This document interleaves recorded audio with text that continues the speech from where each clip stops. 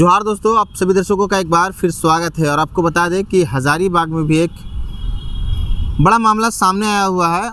आपको बता दें कि एक शख्स जिसे चोरी के इल्ज़ाम में गिरफ़्तार किया जाता है, थाने में रखा जाता है। थाने के बाद उसे कोर्ट में पेशी की जाती है। पेशी करने के बाद उसे जेल भेज दिया जाता है। उसके बाद एक नया इंटरेस्टिंग कहानी स्टार्ट होती है। वह कहानी जो एक पिता, एक बाप, एक दादा और आपको बता दें कि एक भाई, जो उस कहानी से रिलेटेड एक मामला, बहुत ही बड़ा मामला सामने आया है। वो प्रताड़ित मामला, जिससे उनको बर्दाश्त नहीं हुआ। अंततः वो आत्महत्या करने पर इनकी प्रताड़ना के कारण एक व्यक्ति ने अंततः फांसी लगा दी। पूरा मामला क्या है, इनके परिजन भी आए हुए हैं और अभी फ़िलहाल में एसपी के यहाँ आवेदन देने के लिए आए थे। क्या कुछ मामला है, आइए इनसे जानते हैं क्या कुछ मामला हुआ था। नमस्कार, मेरा नाम माशूक है। मैं मोहम्मद वकील, जो कि आज नहीं है हमारे बीच में, उनका बड़ा बेटा हूँ। मामला ये है कि मेरा छोटा भाई, जो कि करीब 24-23 साल का होगा, सुंदरी मार्केट स्थित रंगोली नाम के दुकान में काम करता था। काम करने के दौरान हुआ ये कि 24 तारीख के दिन, बृहस्पतिवार के दिन दोपहर का समय था। उस वक्त एक महिला आती है वहाँ दुकान में और वो आरोप लगाती है मेरे भाई के ऊपर में कि वो खड़ी थी टेलर के दुकान के पास, मास्टर के पास, और उसके पर्स में 1500 रुपये नहीं थे। उसका आरोप ये है कि मेरा भाई वहाँ पे खड़ा था। किसने निकाला, किसने नहीं निकाला, उसको पता नहीं है, लेकिन उसने आरोप लगाया मेरे भाई के ऊपर में कि 1500 रुपया चुरा लिया गया है और यही चुराया। मना करता रहा मेरा भाई, लेकिन उसके ऊपर में कोई प्रभाव नहीं पड़ा। सिर्फ 1500 रुपये का मामला था। थाना को बुलाया गया, पुलिस को बुलाया। भाई क्या काम करते हो वहाँ पर? भाई वहाँ पे स्टाफ का काम करता था। किस दुकान में? कपड़े की दुकान है। अच्छा। रंगोली नाम है दुकान का। काम करता था वहाँ पे। तो आरोप के बाद पुलिस को बुलाया गया। पुलिस थाना लेके जाती है। कहाँ की पुलिस? सदर थाना हज़ारीबाग। लेके जाने के बाद उसको मारा जाता है। यहाँ तक की खबर है मुझे कि ड्राइवर था थाना का, गाड़ी चलाने वाला जो था, ड्राइवर तक मारता है उसे। उसके साथ साथ 2 और अधिकारी थे जो साथ में रहते हैं, स्टाफ, उन लोगों ने मारा। उस केस के जो आयु हैं, इन्वेस्टिगेशन ऑफिसर रमेश हजाम, हिरासत में लेते हैं 3:30 बजे, 3:37 पे। और किसी को खबर नहीं था उस वक्त तक। हिरासत में लेने के बाद हमें फैमिली को पता चलता है रात में कि कहाँ है, कुछ भी नहीं समझ में नहीं आ रहा कहाँ है, नहीं है। उसके बाद फिर आसपास के लोगों से पता चलता है कि पुलिस उसे लेके चली गई है। ठीक है। पुलिस लेके जाने के बाद जब मामला ये सामने आता है तो मेरे पिता जाते हैं थाना, बात करते हैं। उनको समझाया जाता है कि कोई दिक्कत नहीं है, 4 से 5 दिनों के अंदर में छोड़ दिया जाएगा। ठीक है। और उनको चालान करके दूसरे दिन लगभग 11-12 बजे के आसपास 25 तारीख को, शुक्रवार को, चालान कर दिया जाता है। चालान करने के बाद शाम के 5 बजे, 5:52 पे कॉल आता है रमेश हजाम का मेरे पापा के फ़ोन पर। उसे बुलाया जाता है। हम में से कोई भी नहीं था। मैं बैंगलोर में छोटी मोटी नौकरी करता हूँ, उसके साथ साथ पढ़ाई भी करता हूँ। ये मेरा छोटा भाई है, ये चेन्नई में रहता है और ये 17 साल का है, पढ़ाई करता है। कोई भी नहीं था इसके अलावा घर पे। एक भाई था, उसे जेल लेके जा चुके थे। अब घर पे कोई नहीं था। एक और भाई है, वो भी पढ़ाई करता है, वो नानी घर में रहता था हमारे। तो चालान कर दिया जाता है। उसके बाद शाम को 5:52 पे कॉल की जाती है, बुलाया जाता है थाना में। थाना में बुलाकर कहा जाता है कि तुम्हें 25,000 रुपये देना होगा, हम तुम्हारे बच्चे को छोड़ देंगे। ये किस तरह का विचार है और कैसा कानून है कि चालान करने के बाद 25,000 दे के छोड़ दिया जाता है एक SI के द्वारा? कहाँ पे लिखा है ये चीज़? तो 25,000 की मांग की जाती है। नहीं होगा, नहीं दे पाएंगे बोलने पर उनका मोबाइल छीन लिया जाता है। मोबाइल छीन लेने के बाद कहा जाता है कि जाओ तुम। गाली गलौज दिया जाता है। उनकी मानसिक स्थिरता को बिगाड़ दिया गया, मानसिक प्रताड़ना दिया गया उन्हें। मेरे पिता एक इज़्ज़तदार व्यक्ति थे, समाज में, लोगों के बीच में, पूरे हज़ारीबाग में उन्हें एक अच्छा इंसान के नाम से जाना जाता था, मोहम्मद वकील। चाहे वो आप किसी से भी बात कर लो, यहाँ तक कि थाने के अंदर में जो भी स्टाफ थे उनसे भी अच्छा परिचय था उनका। लेकिन ये रमेश हजाम नाम का जो एसआई है, इसके सर में किस चीज़ का खून सवार है या किस चीज़ के पीछे ये इंसान है, हम नहीं कह सकते हैं। पैसा है, क्या लालच है, नहीं पता। क्या मामला था उसके दिमाग में, हम नहीं जानते। चालान करने के बाद 5 बजे बुलाया जाता है, मानसिक प्रताड़ना दी जाती है। इतना प्रताड़ित किया जाता है कि मेरे पापा अंडर प्रेशर आ जाते हैं। 25,000 मांगा जाता है, मोबाइल जब्त कर लिया जाता है, मोबाइल दे दीजिए कहा जाता है, रिक्वेस्ट की जाती है, अपील की जाती है कि मोबाइल से काम है हमारा। तब कहा जाता है कि 2,000 रुपया दो और ले लो। तो बोला नहीं है। कैसे नहीं है? पॉकेट में ऊपर में रखा हुआ है, निकाला जाता है पैसा, ज़बरदस्ती किया जाता है। लेने के बाद मोबाइल छोड़ा जाता है 2,000 देने के बाद। उसके बाद कहा जाता है कि तुम लोग अगर 25,000 नहीं दोगे तो तुम्हारे बेटे को जेल में सड़ा देंगे, तुमको भी अलग केस में डालेंगे। तरह तरह की बात बोली जाती है, गोली मार दी जाएगी, ऐसा कहा जाता है। तो एक इज़्ज़तदार व्यक्ति जिसके बेटे को चोरी के इल्ज़ाम में फंसाया गया है,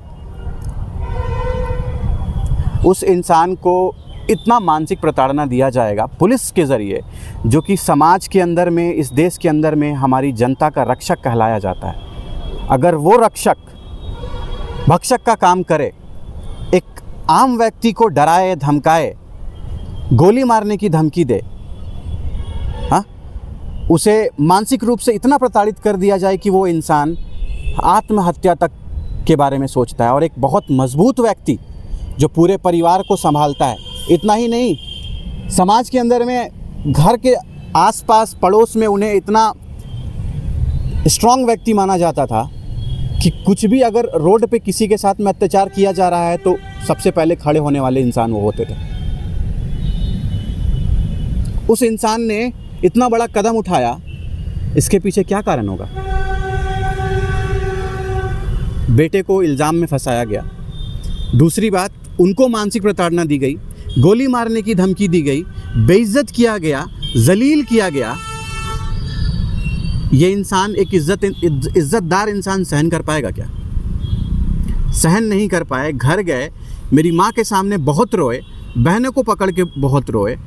हम तो घर पे नहीं थे, हम तो बाहर थे, बेंगलोर में, चेन्नई में, चाईबासा, चकलदरपुर में सारे लोग थे। एक भाई ये था घर पे बस। इतना रोए 11:30-12 बजे के आसपास आकर माँ के सामने। बहुत संतावना दिया गया माँ के द्वारा, बहनों के द्वारा, कुछ नहीं होगा। हम लोगों से भी बात हुई कि कोई दिक्कत नहीं है, हो जाएगा, सब ठीक हो जाएगा, कुछ दिन की बात होगी। लेकिन उन्होंने इतना कहा कि आज तक इतनी ज़िल्लत हमने कभी नहीं झेली, कभी नहीं देखा। हर किसी के सुख दुख में खड़ा होने वाला इंसान के पीछे आज कोई नहीं है। और समाज, जनता का रक्षक जो पुलिस कहलाती है, उसने उसके मानसिकता बर्बाद करके रख दी, उसका सारा दम तोड़ दिया, अंदर से तोड़ कर रख दिया उस घटना ने। तो अभी आप लोग एसपी के पास गए थे आवेदन देने? जी हाँ, एसपी ऑफिस अभी गए थे हम लोग आवेदन देने के लिए। अपील यही है एसपी से हमें कि इस केस के ऊपर में कानूनी कार्रवाई की जाए, कठोर कानूनी कार्रवाई की जाए। रमेश हजाम के ऊपर में जांच बिठाई जाए और मुझे, मेरे परिवार को और मेरे मृतक पिता को जो है ना, जस्टिस मिले। आप मौजूद थे क्योंकि भाई साहब ने बताया कि ये लोग उस वक्त मौजूद नहीं थे। आप क्या कुछ देखे, किस तरीके से पापा आपके बता रहे थे? मेरे पापा आए थाना से और रोने लगे कि बोले कि मुझे इतना कोई जलील नहीं किया गया है, इतना कोई मुझे बोला नहीं है, पैसा मांगा गया है और मोबाइल उसके बाद दिया गया है। तो फांसी वो रात में लगाए थे? तो फांसी रात में लगाए। पापा अकेले सोते थे? पापा अकेले सोते थे। क्या नाम आपका? मेरा नाम मोहम्मद जाहिद हुआ। तो यह मामला सदर थाना का बताया जा रहा है, क्योंकि आपको बता दें कि लोग अगर परेशान होते हैं, हताश होते हैं या कोई लोग उनको प्रताड़ित करता है तो लोग थाना की गेट को ठकठकाते हैं ताकि वहाँ एक उम्मीद जगती है कि अगर मैं थाना पर जाऊंगा तो ज़रूर मुझे इंसाफ मिलेगी। लेकिन इंसाफ की जगह इतना प्रताड़ित किया गया कि आखिरकार जो वकील नाम बताया जा रहा है वो व्यक्ति आत्महत्या कर लिया। उनके तमाम बेटे जो कि बाहर में काम करते थे, खबर सुनते ही हज़ारीबाग आ गए और आज एसपी को आवेदन दिए हैं कि इस तरीके के अगर प्रभारी जो हैं हर एक अगर थाना में हो जाएंगे तो ऐसे ऐसे लोग हर एक दिन फांसी लगा के चले जाएंगे। इसी को लेकर एसपी को थाना दिया कि थाना में एसपी को आवेदन दिए हैं ताकि इस तरीके के लोगों के ऊपर गहन जांच हो और जो भी प्रभारी या जो भी लोग इसमें सम्मिलित होंगे उस पर कार्रवाई की जाए। क्योंकि जिस तरीके से बयान सामने आ रहा है, ये तमाम छोटे छोटे बच्चे भी मौजूद हैं, इनके ऊपर क्या बीता होगा, क्योंकि लोग थाने के पास जाते हैं इंसाफ के लिए, ना कि प्रताड़ित होने के लिए। और आपको बता दें कि आप तो देख ही रहे हैं छोटे छोटे लड़के भी हैं और 3 छोटी छोटी लड़कियां भी हैं जिनको वो मजबूरन इतना प्रताड़ित किया गया कि लोगों का चेहरा देखा नहीं और फांसी लगा लिया।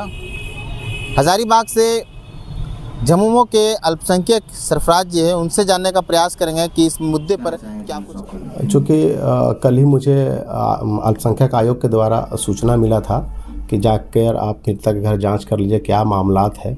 मैंने मृतक के घर जो वकील खान है उनके घर पे गया और जानकारी लिया। जानकारी में ये पता चला कि अल्ताफ़ नाम का एक लड़का था जो मृतक का बेटा था। वो सुंदरी मार्केट में एक दुकान पे काम करता था।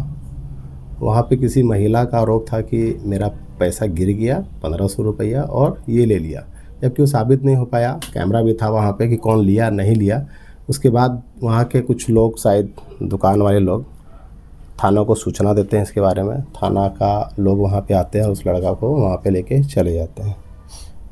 महिला को भी वहाँ पे बुलाया जाता है और महिला आवेदन भी देती है। महिला ये बोलती भी है कि हमको केस वेस नहीं करना है, हमको सिर्फ पैसा दिलवा दिए, हमको पैसा मिल जाएगा तो हम चले जाएंगे, कोई दिक्कत नहीं है। परंतु उसके बाद छानबीन उसका बेटा अपने घर पे नहीं पहुंचा। उसके पेरेंट्स लोग छानबीन करने लगे तो पता चला कि थाना पे है। सूचना मिला कहीं से कि थाना पे जब उसके फादर गए जो वकील खान थे, तो वहाँ पे रमेश हजाम जो एसआई है सदर थाना का, चूँकि ओडी उस समय होगा उसी को बुलाया गया होगा, उसके पास केस था वो, तो उसको ऐसा बड़ा टॉर्चर किया गया वो वकील खान के साथ में। मतलब गंदी गंदी गाली दिया गया और उनको उस समय भी पैसा का डिमांड किया गया कि हम जेल नहीं भेजेंगे, आप हमको पैसा की व्यवस्था करा दीजिए, पैसा दे दीजिए घूस के तौर पे। इसमें किस तरीके की मांग आप लोग करना चाह रहे हैं? अभी हम लोग एसपी साहब से मिले हैं। एसपी साहब से मिले, एसपी साहब ने आश्वासन दिए हैं कि चाहे कोई भी हो, कानून का रक्षक है और भक्षक निकल जाएगा तो उसके ऊपर भी हम कार्रवाई करेंगे और कठिन कार्रवाई करेंगे उसके ऊपर में। क्या मांग कर रहे हैं? एसपी साहब से और जिला प्रशासन से मांग करेंगे कि उसके ऊपर सख्त से सख्त कार्रवाई किया जाए, तुरंत अविलंब एकदम उसको बर्खास्त किया जाए और उसके ऊपर हत्या का मुकदमा दर्ज हो और उसको जेल के सलाखों के पीछे देखना चाहते हैं रमेश हजाम को।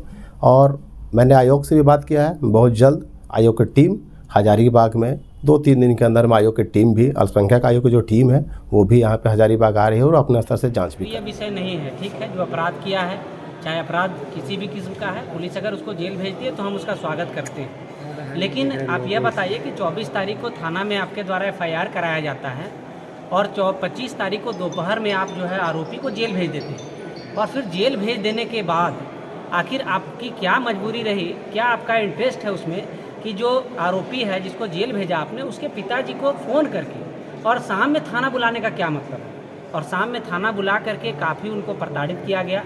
रमेश हजाम जो इस केस के आईओ हैं, उनका पूरा जो कैरेक्टर है पुलिस विभाग में वो काफ़ी संदिग्ध है और ख़ास करके इस घटना में पूरे जो मामला है उसमें ये जानबूझ करके उनको बुलाए और प्रताड़ित किए, उनसे मोबाइल छीन लिए और एक उम्रदराज आदमी, देखिए बेटा किसी का कोई अपराधी हो सकता है, उसमें बाप की भूमिका नहीं हो सकती और अगर भूमिका थी तो उनको भी जेल भेजना चाहिए, लेकिन अगर उनकी भूमिका नहीं है और उसके बाद आप उनको प्रताड़ित करते हैं।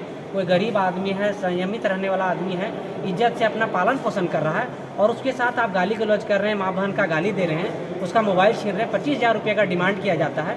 और नहीं देने पर उसके पॉकेट से ज़बरदस्ती 2000 रुपये छीना जाता है और छीनने के बाद उनको प्रताड़ित करके घर भेज दिया जाता है। और जब वो घर जाते हैं उसके बाद है सो काफ़ी रो रहे थे। रोने के बाद अपने परिवार के लोगों को बताया कि नहीं, हमको थाना के द्वारा बहुत जलील किया गया और धमकी दिया गया है कि तुमको भी है सो जेल भेज देंगे, तुम्हारा बेटा को सड़ा देंगे, तुमको ऐसे करें। जो पुलिस का अमूमन जो चेहरा होता है इस तरह करके किया गया और वो आदमी इस बात को बर्दाश्त नहीं कर पाए और इन लोग को लगा कि भाई घर में रूम में है तो सो गए होंगे, और सोने के बदले जब सोने गए रात में है सो फांसी लगा करके उनकी हत्या हो जाती है, वो मृत्यु हो गई उनकी। और उसके बाद देखिए पुलिस का जो बयान है, पुलिस का कहना है कि नहीं सो उनके बेटा को जेल भेजा गया इसलिए है सो आत्महत्या कर ली।